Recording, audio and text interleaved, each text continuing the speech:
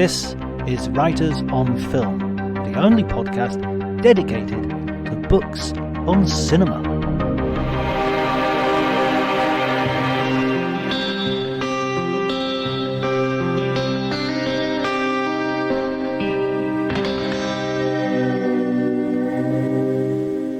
Hello everybody and welcome to Writers on Film. My name is John Bleasdale and today I am very pleased to be talking to Ed Zwick. He is a director and producer and writer and the author of a new memoir, Hits, Flops and Other Illusions.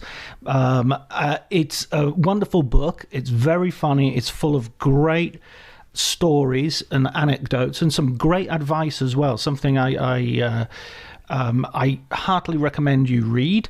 But I think that I don't need to really introduce this one. I think this one is going to speak for itself. If you enjoy the episode, please remember to do all the things I ask you to do every week. Tweet, X, or post, or share, or review, all of those things. But before you do any of that, please enjoy this very special conversation.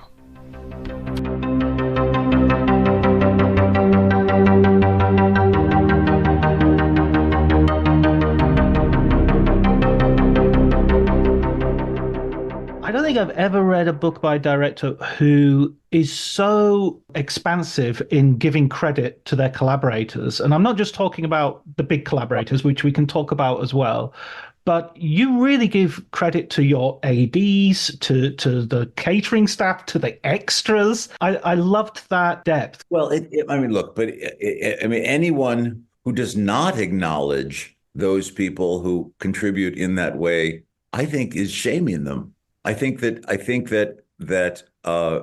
there's a mythology about movies. I mean, at first we think the actors make up the words, that the piano has invented the concerto. We think that somehow the director has somehow magically contrived to create this whole universe. But also, I think that has been perpetuated by a kind of self-aggrandizing description of what the process is. And this is not to minimize what I do, because God knows I believe that what I do is difficult, and I've paid the price for it in my in every aspect of life. But so too has that dolly grip who's made 10 times more movies than me, and so have the guys in the trucks and the people who've sewn the costumes. And when you actually dig down into the enterprise, the scale of the enterprise, particularly if it's something that obliges you to do things at scale or in period or with effects, the concern with it's an industrial workplace, and the concern with safety and the attempt to it's a graduate school in research, whatever period is, and it's a factory, and it is so many things, and I think that for me, because I came from the theater, which is it's a cozier, more familial little group, really. That's unless the production is enormous, but there is a feeling of ensemble, right? And as I made that transition, it became so clear to me the difference was so marked, and I knew fuck all nothing, and so I really applied myself to trying to learn everybody's job, to see what was going on there, and that in deconstructing it, that I could then take advantage of what I'd learned. And in fact, I think that unless you are so self-confident and capable of ignoring the rest of it, it really serves someone to be able to know that, and you can maximize the dollars, and you can maximize the workflow and the economies of scale and all the things that make movies. So I guess when I sat down to write it, first of all, let us say the book was entirely hand to mouth. There was no great agenda. There was no although I think there developed one, certainly as I wrote, and there was no outline that said, do this with the book and try to, it's what came out. And that improvisational feel that I was trying to do, and almost conversational feel, if you will, is where what led to those things. Because I'll stop in a moment. I know I'm No. rambling. That when I looked at when I went back and looked at the films, which I'd never Mm, really done, what I was struck by was the order of magnitude of the mm. enterprise. How did we do that? What were we thinking to do that? How presumptuous to think you could, you know, do something anti-entropic and hold back the universe so as to create this little bit of 1890s Japan, or a tank battle in the Gulf War, or God knows whatever. And that's just kept striking me. And who are the people who did that? How did we do that? You know, when you read Moby Dick when you're a young man, you read about Ahab chasing this whale. But when you read it when you're older, you're very interested to see how much energy is devoted to the ropes and the knots and the Mm. harpoons and all of that, the actual work. Absolutely, absolutely. And going to the origins of this book, this is coming out of COVID. It's one of the better. Well, we were all making sourdough bread, and I was teaching on Zoom. I think this is a better creation. Well, it's not an ill wind that doesn't blow someone some good, right? So it came from that. It sort of enforced you. It forced you, and it was the collapse of the project. So there's the ill Yeah. wind right there. Is the collapse of the 30 something Mhm. sequel. And you say there was no agenda, but I really enjoyed. I was really interested in the way the book sort of develops, sort of non-chronologically. That you don't start. Okay, I was born in this place, and off we go. I was determined not to do that. There's a wonderful phrase that Elmore Leonard once wrote. He said, I choose to leave out the parts that other people skip." Oh, that is so beautiful. That's excellent. Isn't that good? Yeah. Raymond Chandler once Yeah. said, "Nobody's interested in when a writer got his first bicycle."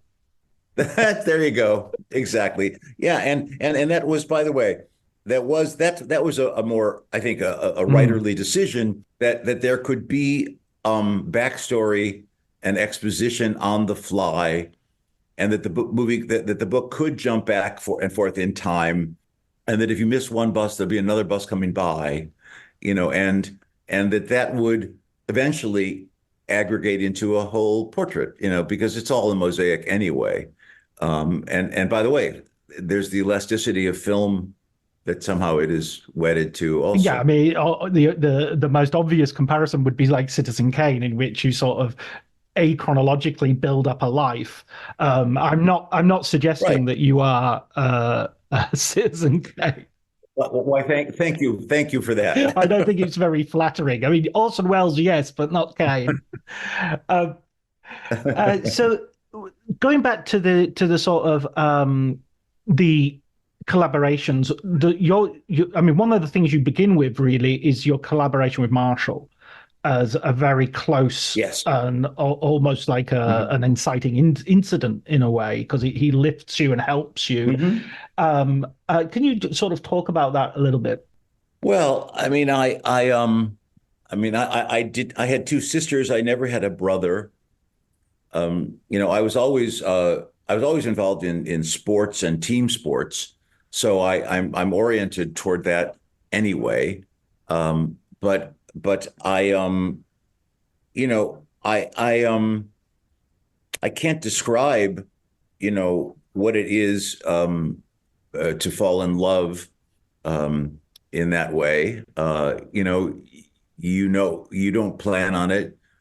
On the other hand, it was a cauldron. It was a crucible of great pressure, and I think it became clear, even as a survival technique, that you needed some feeling of alliance, some notion of shared struggle, and you gravitate towards someone that mirrors you in some way, or who completes you in another. And I think that he was both of those things. He was obviously so gifted, I think intimidatingly so, I thought, and And yet very modest, actually desperately insecure, and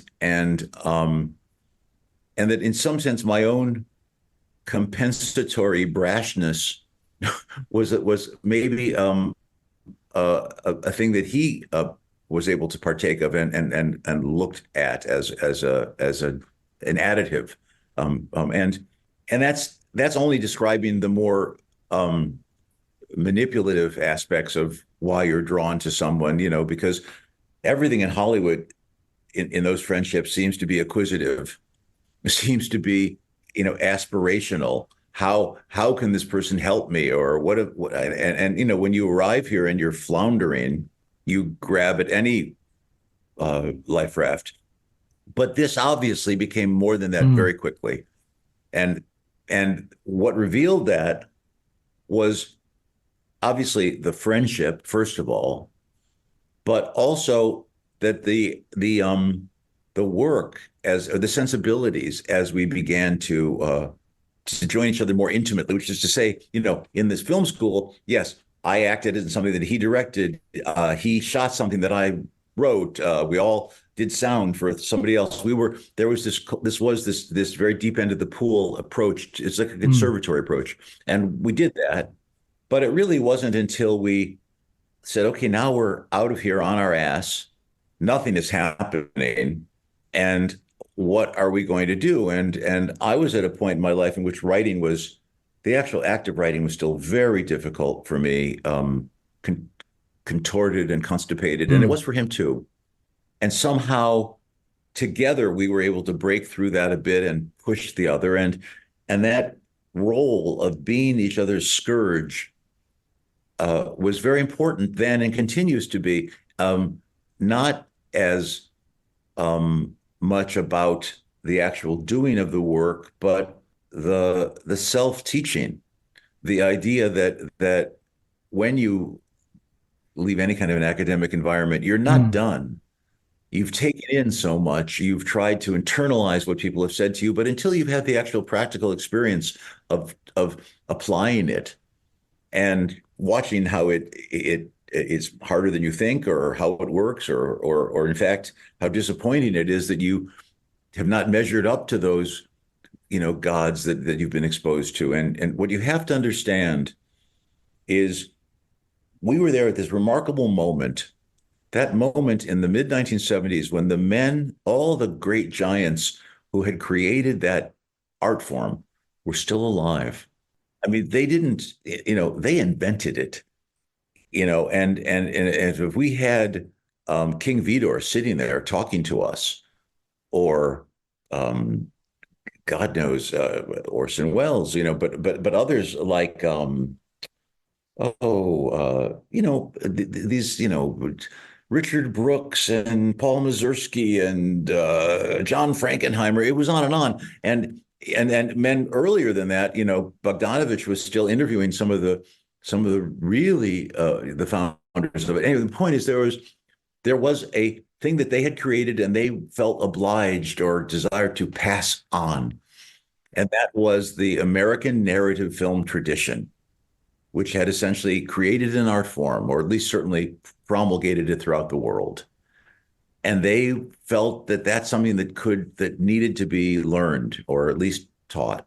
And you know, for better and for worse, I think we became its spawn, because But oh, I go ahead. mean, what spawn you have in the sense you have this is the AFI conservatory. You have David Lynch in the stables making a Yeah, Razorhead.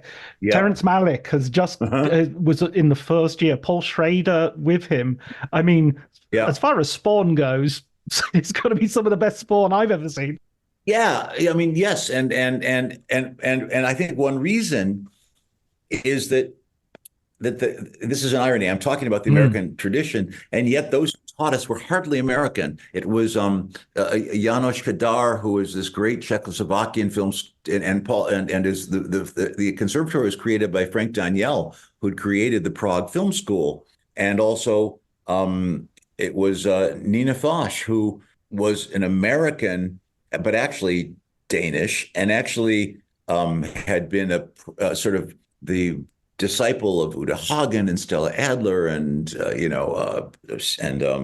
Strasberg, and that what they were trying to teach us was some self-reliance, some belief in your own voice, and the ability to try to reconcile that with a commercial universe that was awaiting you. And when you evoke David or Terry Malick or Paul Schrader or John McTiernan was in our class, Amy Heckerling, and so many others since then.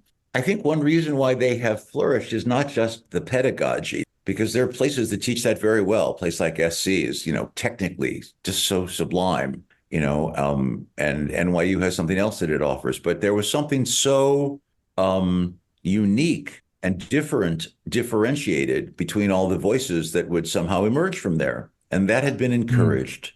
It's almost like a mixture of the traditions. You've got the American on one side and the rest of the world coming in. Amazing. And when you leave the AFI and when you start out, you start working in television, and you sort of do your apprenticeship, if you like, before you break through with the TV show that you and Marshall sort of create together. And this show nowadays to me, it looks like the beginning of the golden age of television. It feels like it's the beginning of, okay, there's a few hops before we get into, that steady block. But there's Twin Peaks, and then, we're off to the races. Yeah. I think one reason, and you evoked Twin Peaks, which is David, or even Miami Vice, Sure. which was Michael Mann, or we were young filmmakers or had set out to be filmmakers who found ourselves doing television. And if you remember the state of television at the time, particularly drama, comedy was already beginning to flourish in this way. There were classic comedies, of the Carl Reiner variety and the Norman Lear variety, but in drama, no. Drama was a wasteland. Drama was populated by these families that seemed to be aliens to me. They were so appropriate and so sweet and kind and so this is the Waltons and the Ewings in Dallas and but even even before Make Room for Daddy and My Three Sons and the stuff we grew up with that was just so bizarre. But at that time in the world of film, and maybe a year or two before, several things had been happening that we were totally fascinated by and loved. John Sayles did the Return of the Secaucus Seven. Larry Kasdan did The Big Chill. Years before that, Bergman had done Scenes from a Marriage. And there was the whole history of the well-made family drama in the American theater, which was Arthur Miller and William Inge and William Gibson and all of that. So that we weren't inventing something, but we were adapting it to a different medium. We said, all right, television, can we find what is epic in the personal? Can we create structure and shape and narrative interest and stakes about things that seem pedestrian and quotidian? And that was new, and certainly new for a continuing drama. Although already at that point, it was being done in this sort of risible way in soap opera. Soap opera were just about these people who would be having affairs and betraying each other, and it was melodrama, but it was continuing drama. So you take all of those, the different values of psychological insight, of a more deft and amusing writing, of themes that played along with the day to day. That there were often, there was a dialectic that we were trying to write about, and that was new. And it was about the dialectic of experience and about ambivalence and about the conflict that's internal or even interpersonal about that unlived life and that dissatisfaction in life, and yet juxtaposed against its joys. And to me, that's a theme. And that was enough to energize a continuing story, because that's a story, that's a theme that never ends, and it crosses age and race and gender. It's everywhere, that theme. And it's a theme that people were quite astonished by, and many very threatened Mm. by, because it's subversive as a theme to the status But it's quo. sort of almost against a sort of like the American dream or the Eisenhower sort of happiness. The thing is people getting to Right. being 30 and being relatively financially not too hard off, and then saying this might not be enough, this questioning Right. success essentially. That's right. Yeah. Yeah. I mean, it's no, it's just society and its discontent. There you have it.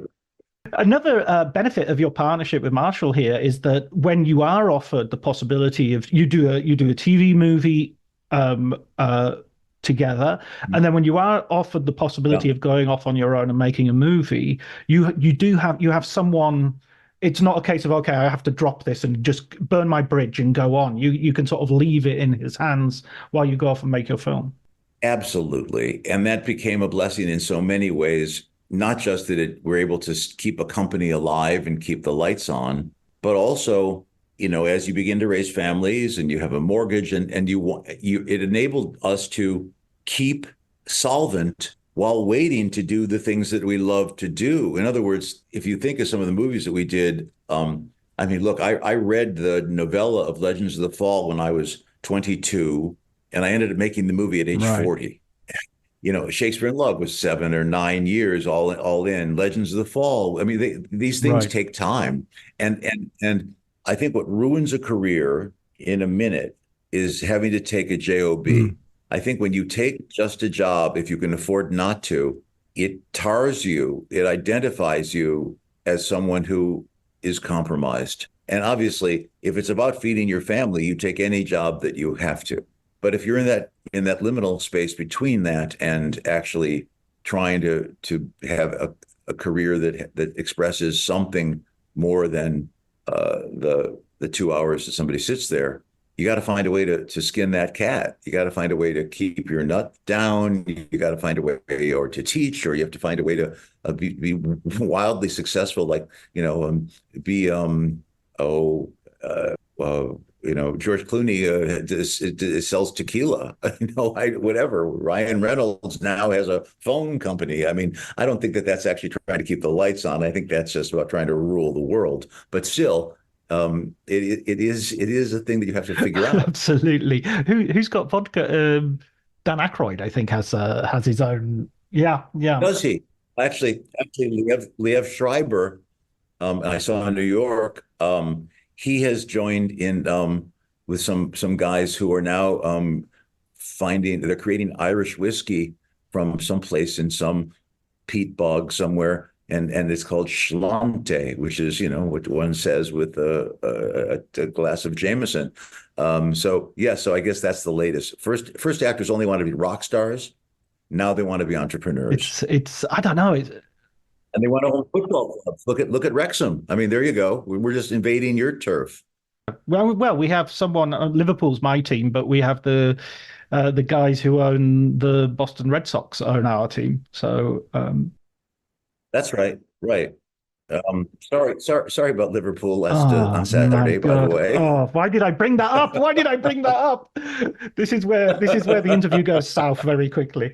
Um, Looking at I mean, you moved back and forth between TV over this period, but moving on to your movies, what struck me throughout the book is I kept being surprised as you got into another chapter and saying, you'd leave on a cliffhanger and say it. But next, I was thinking about doing this, and I was thinking, oh my God, yeah, I remember that, and because they feel so different as films. They feel like you're moving from glory, from About Last Night to Glory, and then from Glory to Yeah, yeah.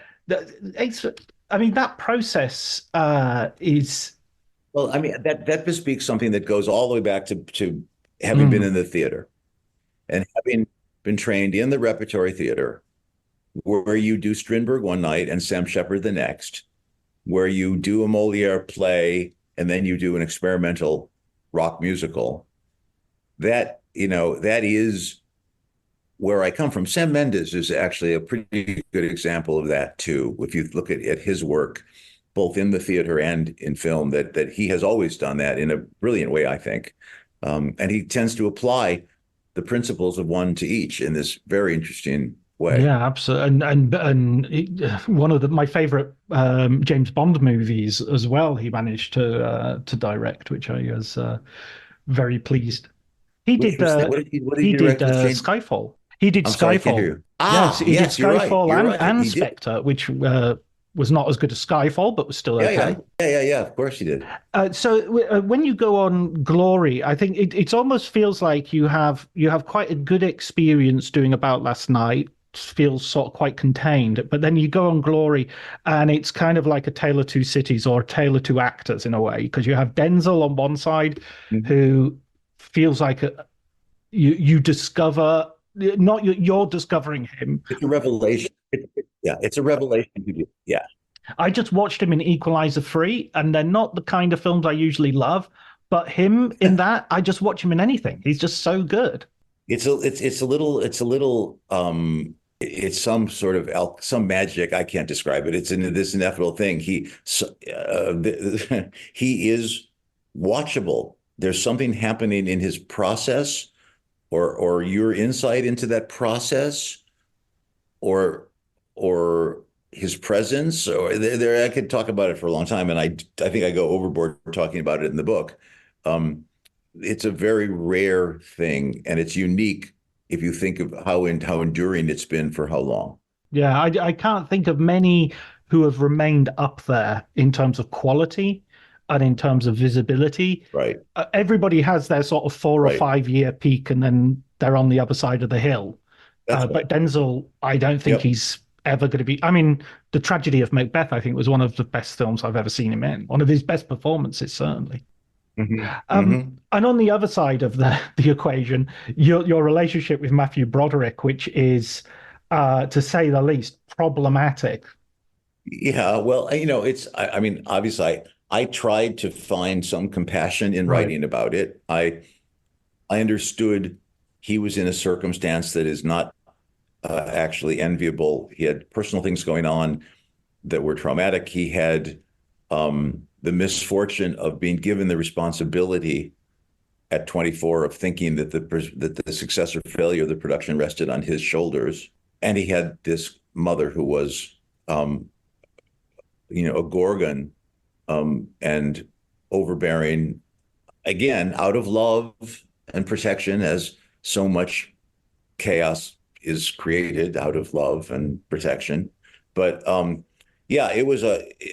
I don't. All that I blame him for, and it's not even blame, is his Right. passivity.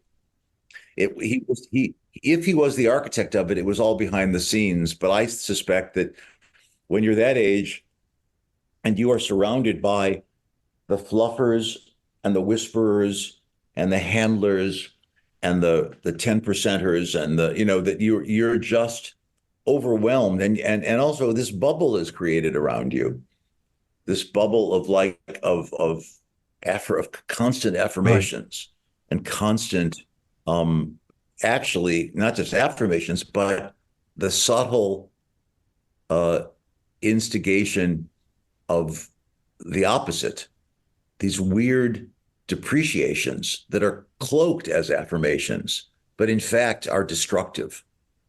And that's your world. Mm.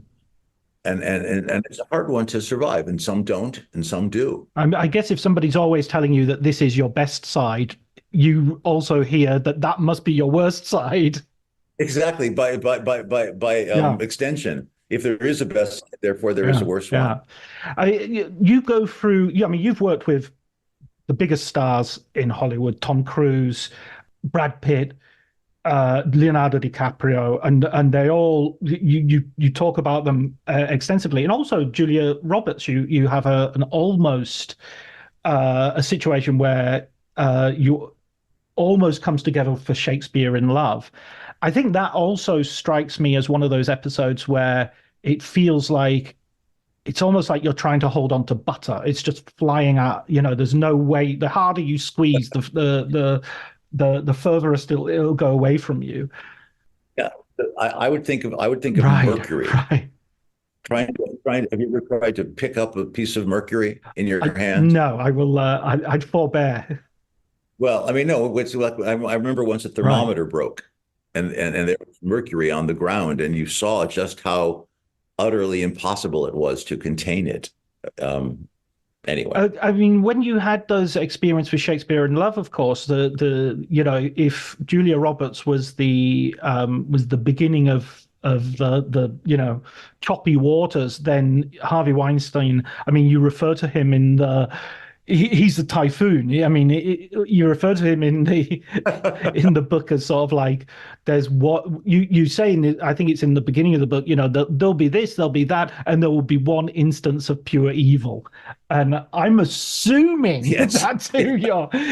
I'm assuming that's the Yeah. Oh no. Yeah. It was indelibly. I mean, listen, I'd had a nice run, and yes, there'd been the problems, but I'd never seen that kind of malign energy. I'd never come face to face with that bald aggression. The word actually that I always think about is right. fascism.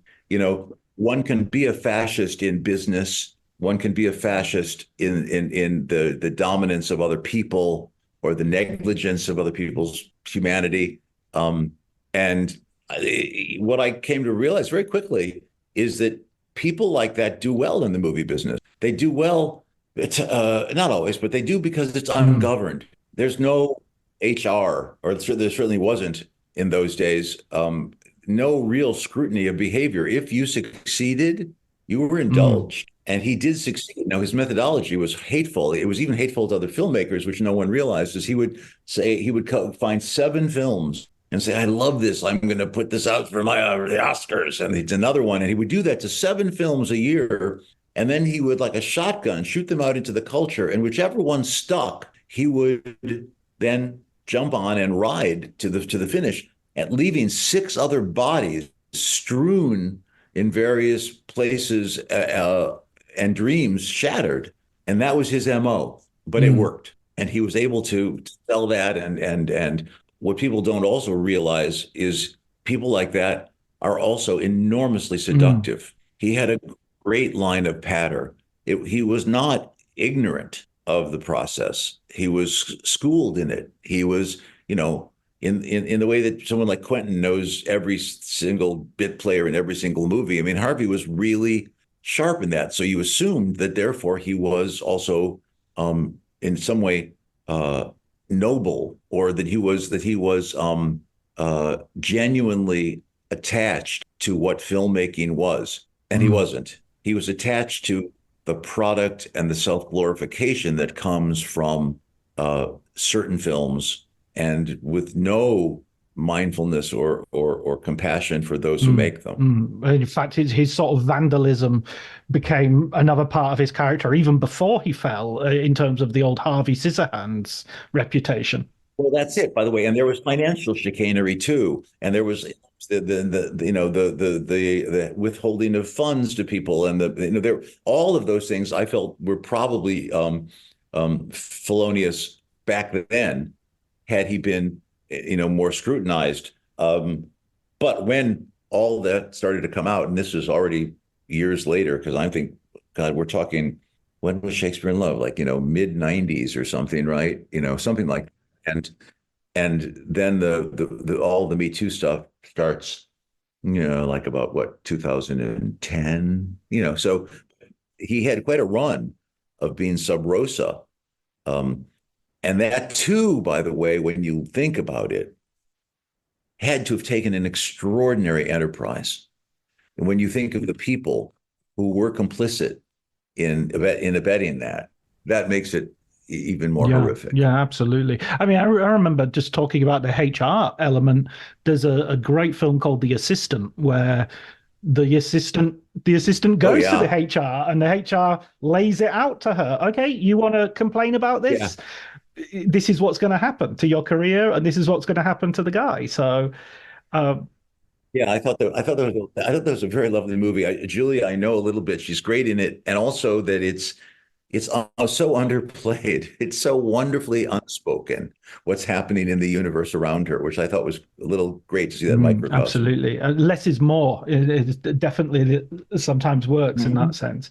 Um, you're at this point, you're still working in TV. You go back and you do the wonderful My So-Called Life with Claire Danes. And in fact, this is another aspect of the book that I enjoyed was suddenly hearing these names and thinking Claire Danes. Oh, I love her from Romeo and Juliet and Homeland. Oh my God, yeah, I remember she started in that, and Jared Leto as well. And you know, it's really interesting you describing how Claire Danes, as effectively a child, operated on that show, and it's so heartening to hear how you were able to work around her because we've heard recently in terms of Nickelodeon places like that that's not always been the case.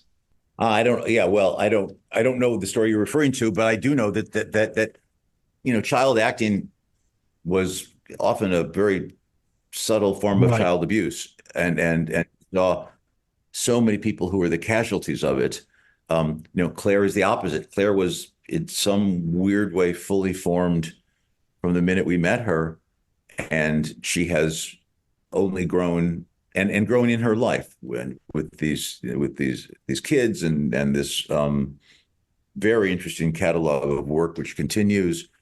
Yeah, I mean, one of the pleasures is when people walk into your office or a casting room and you see something that just is undeniable. And there are often those moments when you can't partake of it. In other words, someone walks in. I was going through old casting sheets the other day because we were throwing stuff out at the office, and I saw these names of people who'd come in that I had just basically passed on because they weren't right right. for the part. Oh my God, that's Bradley Cooper. He was there twice for two different movies, and I didn't give him a second thought. And no, there's, whoever. I do tell one story in the book about Annette Bening, who was someone who was up for a part in 30 something who we did not cast because she wasn't right for what we'd written. And then there I am working with her 15 years later. And she reminds me of it because actors never forget that shit. And I think you say to her, "You're welcome." You could Yeah, exactly. Well, that's because I had the good sense to make a Yeah, joke. absolutely. And then on that side, you've got people like Claire Danes who you're seeing maybe for the first time, maybe introducing to the world. And then on the other side, when you're working with someone like DiCaprio, who is at the height of his fame on Blood Diamond, and Tom Cruise on The Last Samurai, both absolute megastars. Um, I mean, that calls for like a different approach, different responsibilities. I mean, the image of you racing a horse with Tom Cruise across.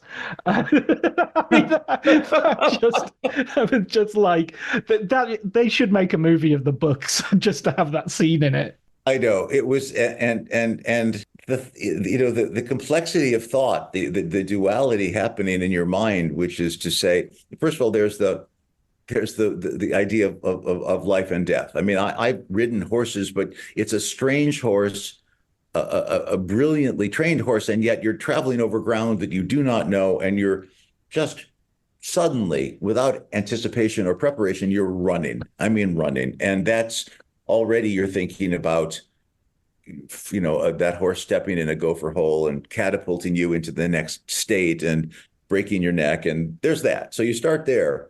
At the same time, there's this sort of mano a mano element of not allowing yourself to show that terror because you're a man of the West and you want to make this Western. And I don't believe it was done as a test. I do not think so. I think it's his natural ebullience, but nonetheless, that's part of it. And then there's this thing that's happening, which is you're meeting this person for the first time and you're trying to take their measure and you're Right. casting because you're not going to get them to read. And how do you make those decisions? And how do you know what it's like to work with someone like that? And that's happening at the same time. So all of these things are happening at that moment as you're going, in across the Western Plains. I mean, it's such a big decision for you because on one side you're thinking, right, if I get Tom Cruise, I'll get a budget which is X and all the rest of it. But if I Hey, get Tom Cruise and he's not right for the movie, he's the Annette Bening in 30 something, then it doesn't matter how big my budget is. It doesn't matter all that stuff. well, yeah, I mean, and by the way, think of Tom Cruise and Brad Pitt in the Interview with a Vampire when neither of them Right. are right. And it just is an even bigger disaster. I mean, these things do happen. It's like casting by celebrity. And that's, by the way, that I talk about that in the book, but it's interesting that when I wanted to cast Ken Watanabe, they thought that Hiro Sanada should be the daimyo of the samurai at that moment, and he wasn't what we'd Mm. written. He's magnificent, as by the way, if you've seen the Shogun that they're doing now, this in the series, you may have your thoughts pro or con for it, but undeniable is the magnificence of his Mm. performance. So he was great, but but not he was not that gilded celebrity that by which Japan had often chosen their stars in their movies. And there was all sorts of pushback about doing that because he wasn't at that Right. level. So, it works in both ways. It's such and that's such a wonderful film in terms of being a Western Eastern, marrying those two concepts together and a real one of the things that you talk about when you're talking about the making of that film as well, and it sort of comes up a couple of times with Legends of the Fall. You're saying, yeah, of course, nowadays we would do this with CGI, or nowadays this you wouldn't, and going back to Lawrence of Arabia, I think you credit as well with a certain sort of giving a visual vocabulary for that kind of epic. Although I think it's really interesting that you talk about it's a treatment of time rather than the number of people that makes an epic. I think that's a very interesting point. Yeah. I wanted to ask you about that.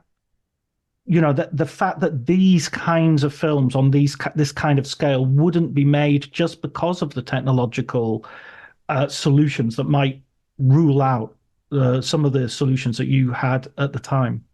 I don't know if it's that Mm. necessarily, because I think you're seeing now the adaptation of technological solutions to, certain conventional storytelling. In other words, the scale of sets and the scale of real time, real scale, they've gotten better at adapting set extensions and sense of place and even action.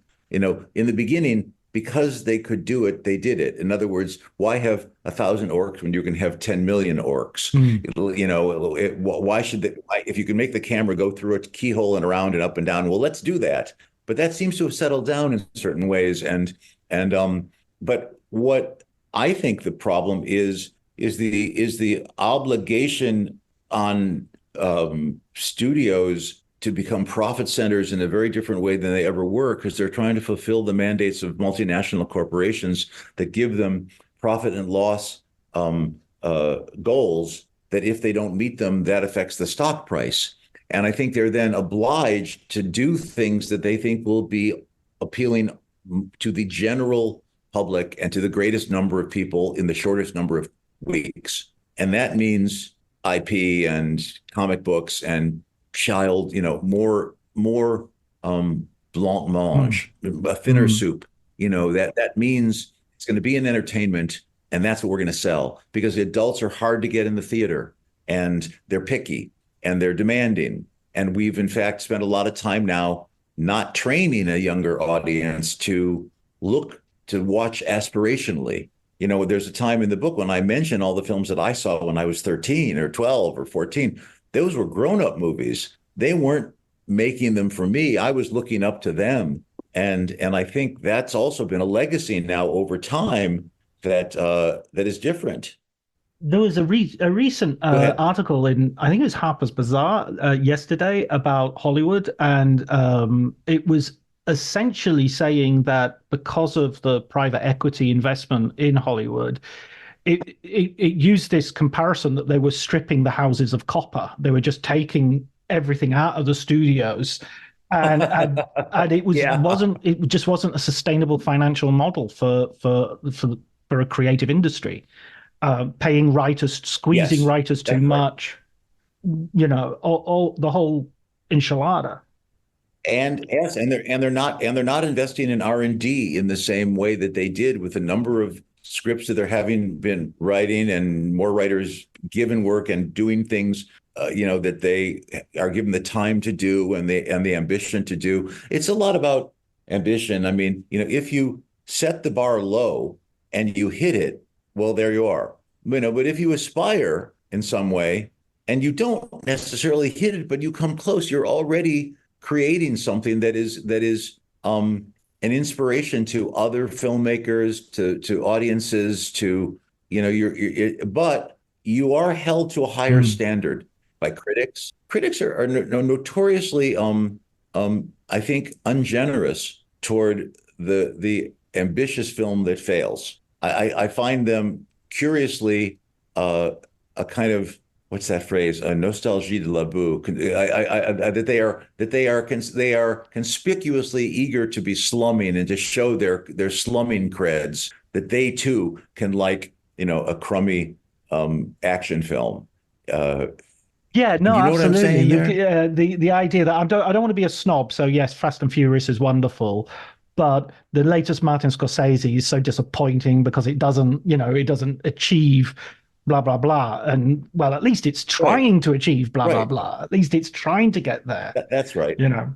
That's right. I mean, on that, no, I do feel sort of sparks of optimism, little ironic glimmers of light, as W.H. Auden might say, of Oppenheimer. Ah, I know, but by the way, this is to take nothing Mm, away from Oppenheimer, but that's a man who has earned such currency and such, he has gained a mm. perch, and he's chosen to spend that currency on something like that, and it worked. But I will just say that having been a member of the Motion Picture Academy for a very long time, that when they expanded the list of those movies that could be nominated for Best Picture to 10, I could not find five this year that I thought were worthy of that Mm. title. And it did not used to be that Yeah, way. yeah, yeah. I mean, yeah, it's sometimes difficult to get a top 10 and you find yourself. I mean, I'm lucky because I get to go to festivals and I get to see films from all over the world, and they make up Ah, 50%, okay. 60, 70% of, you know, You bet. uh, You I mean, bet. I look at there was a film out recently called The Teacher's Lounge, which came out of Germany.